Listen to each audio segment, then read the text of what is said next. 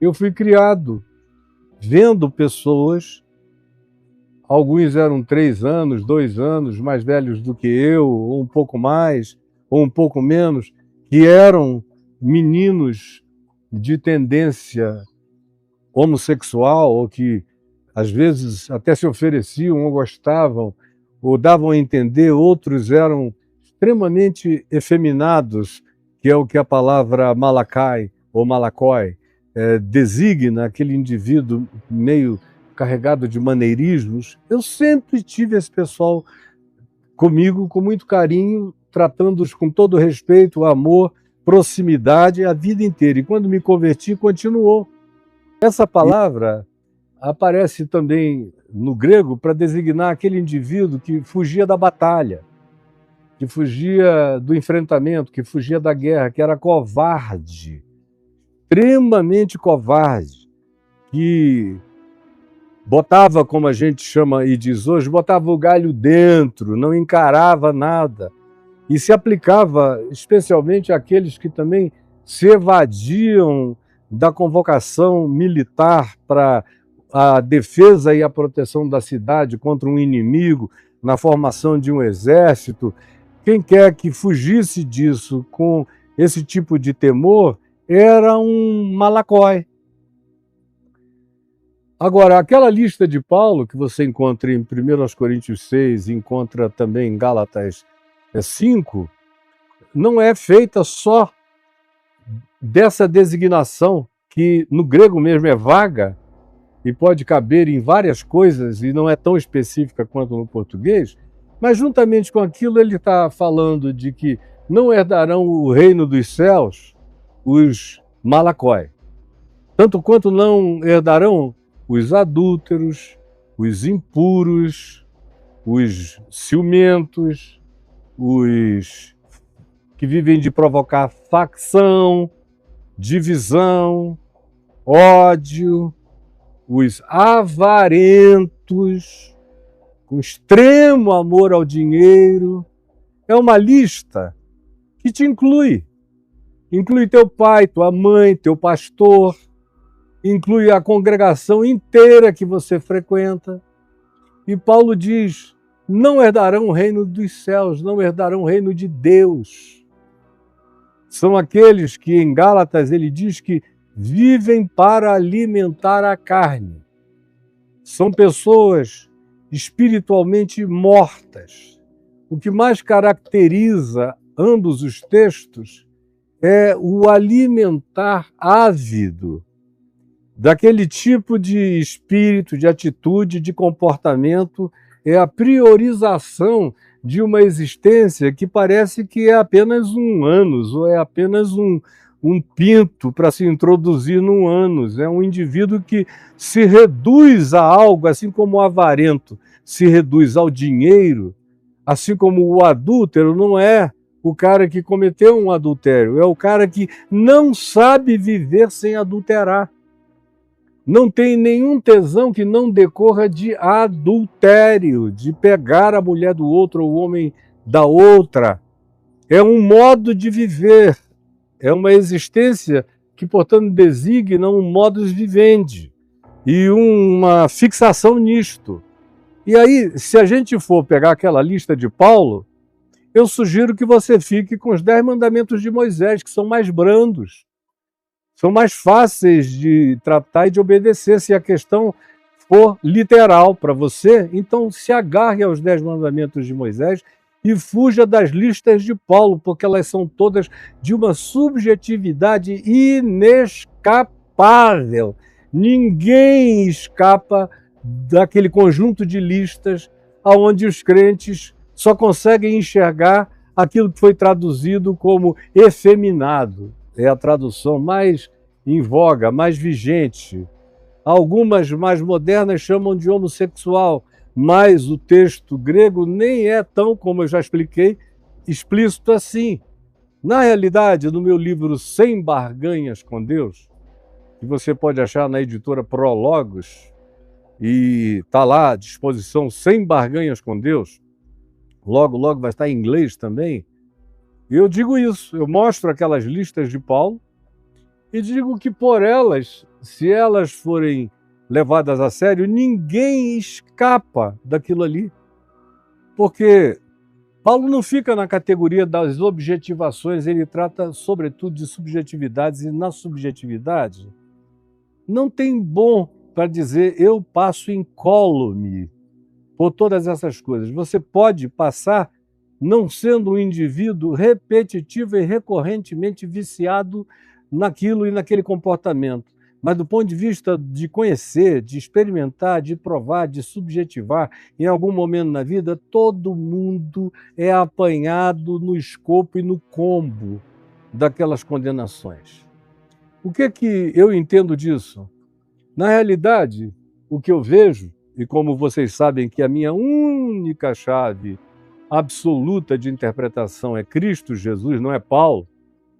Paulo é um fariseu raivoso, problemático, sexualmente neurótico, com uma certa dificuldade, provavelmente com o sexo oposto, com eventual chance de ter sido um indivíduo assexuado e que carregava uma neurose de natureza de santarice sexual farisaica, porque os fariseus é que davam uma ênfase extrema em qualquer tipo de pecado vinculado à sexualidade.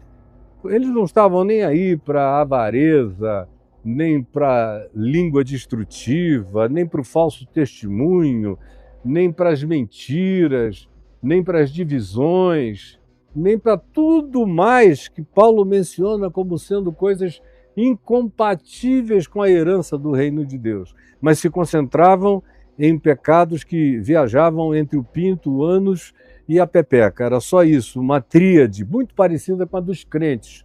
Quanto ao mais, let it be, era mais ou menos assim. E Paulo foi criado aí, dentro desse contexto, desse conjunto de coisas, na sinagoga. Quando ele conheceu Jesus e conheceu Cristo, a luz eterna e absoluta, a vida dele mudou, mas ele não virou um Cristo, ele não virou um Jesus. Eles até mudaram, por graça de Deus, por vontade divina de designar a ele um novo papel na história, de Saulo para Paulo. E é assim que ele segue a sua vida.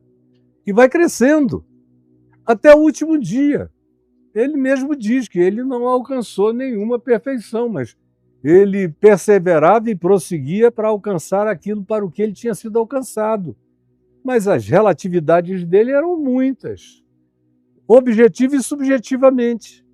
Objetivamente é sempre mais fácil você lidar com coisas que para você são tentadoras, mas subjetivamente é aonde a tentação acontece, é no ambiente da cobiça ou da neurose culposa ou do medo do que aquilo possa produzir em nós, porque a gente identifica em nós algum tipo de propensão, ou de interesse, ou de curiosidade, ou de desejo, ou de cobiça, qualquer que seja a possibilidade subjetiva vinculada a essas coisas das quais ninguém no planeta, de um modo ou de outro, num dia ou no outro, escapa.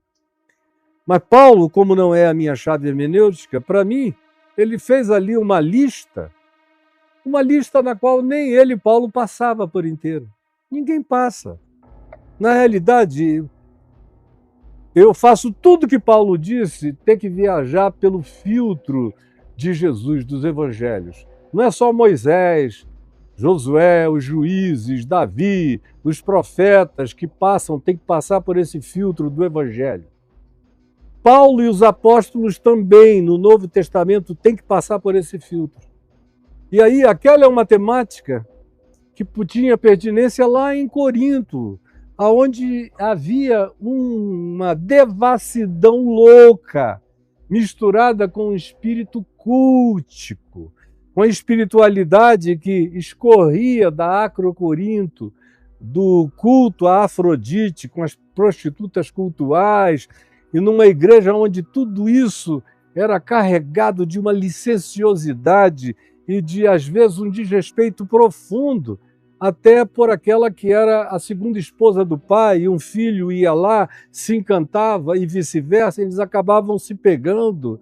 Era uma igreja que carregava esses traços e essas marcas. Então, eu, não absolutizando Paulo, exceto quando ele está absolutamente falando aquilo que tem a validação e a corroboração do testemunho, da fala, da vida, da experiência, do gesto e do ensino de Jesus. Quando não é exatamente assim, fica fora para mim também.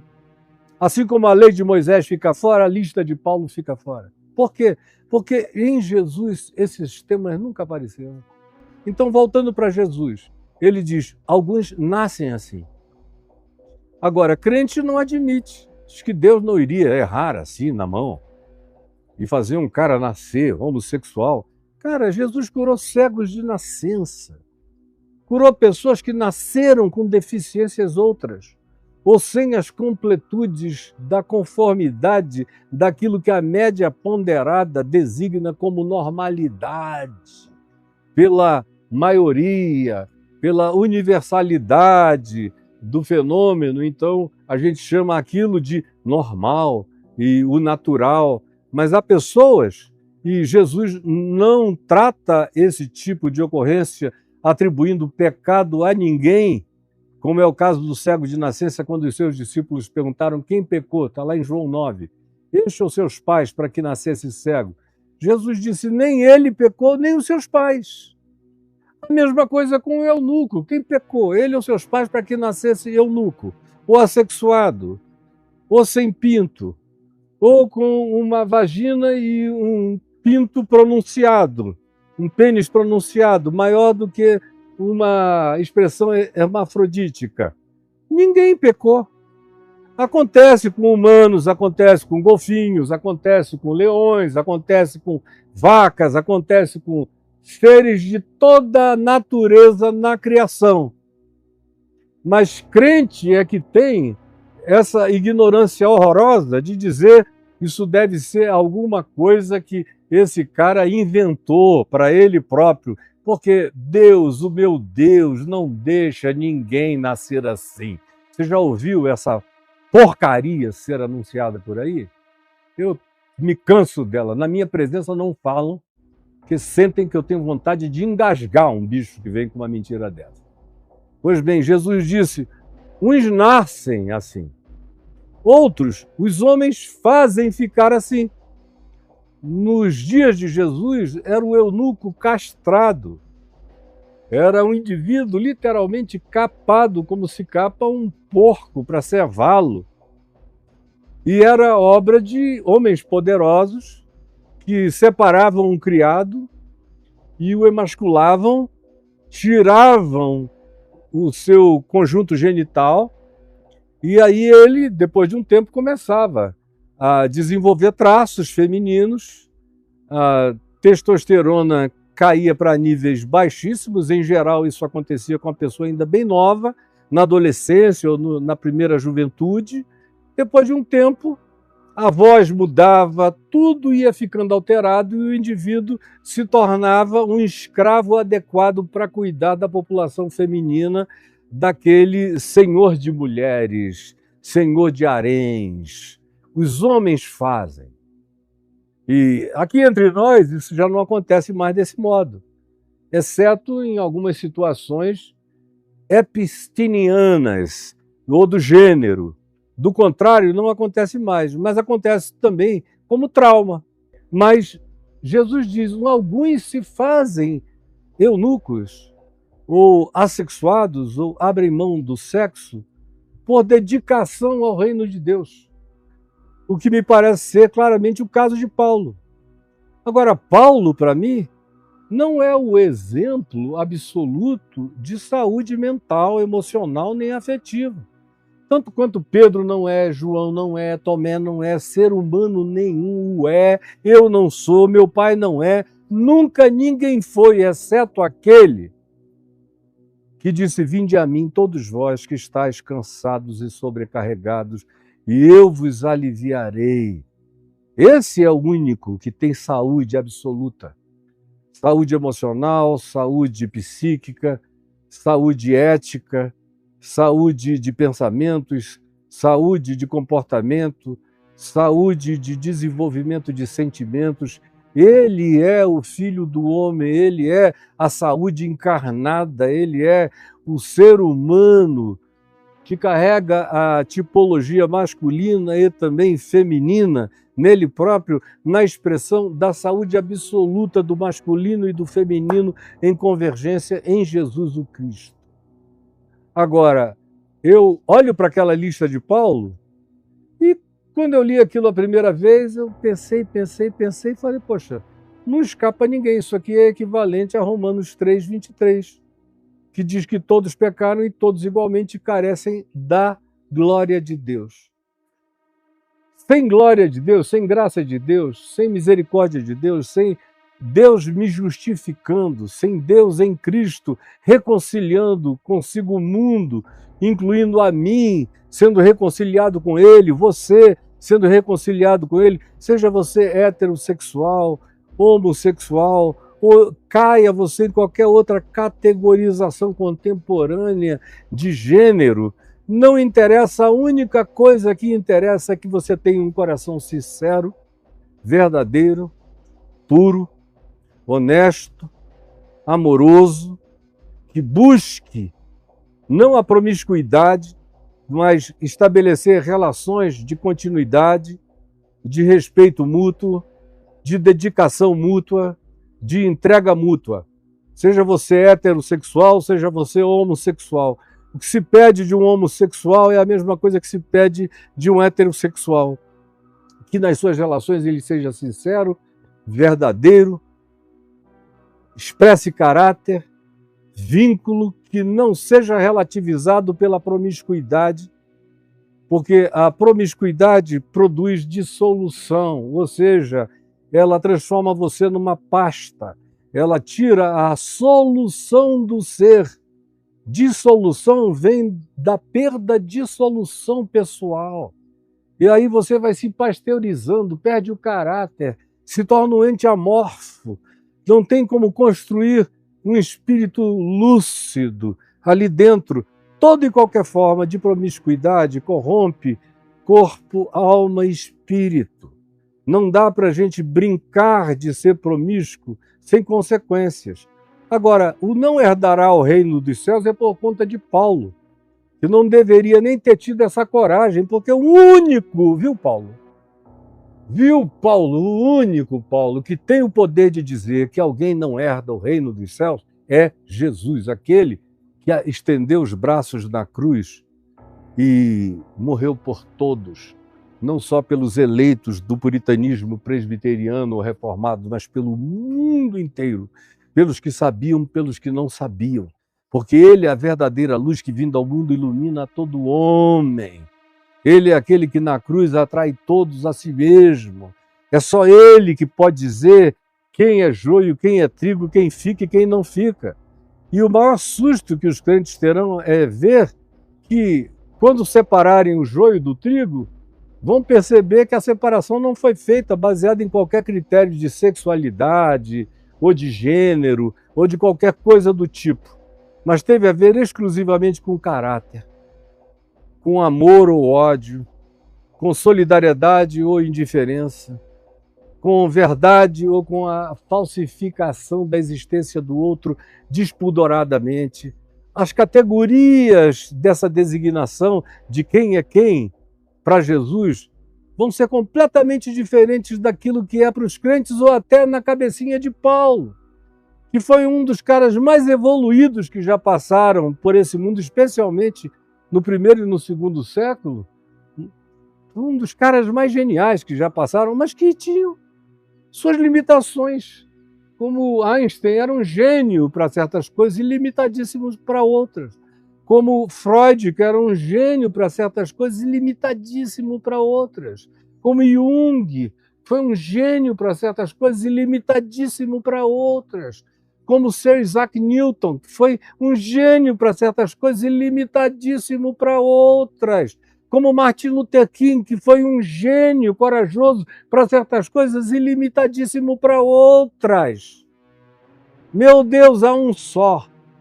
E é para ele que a gente olha.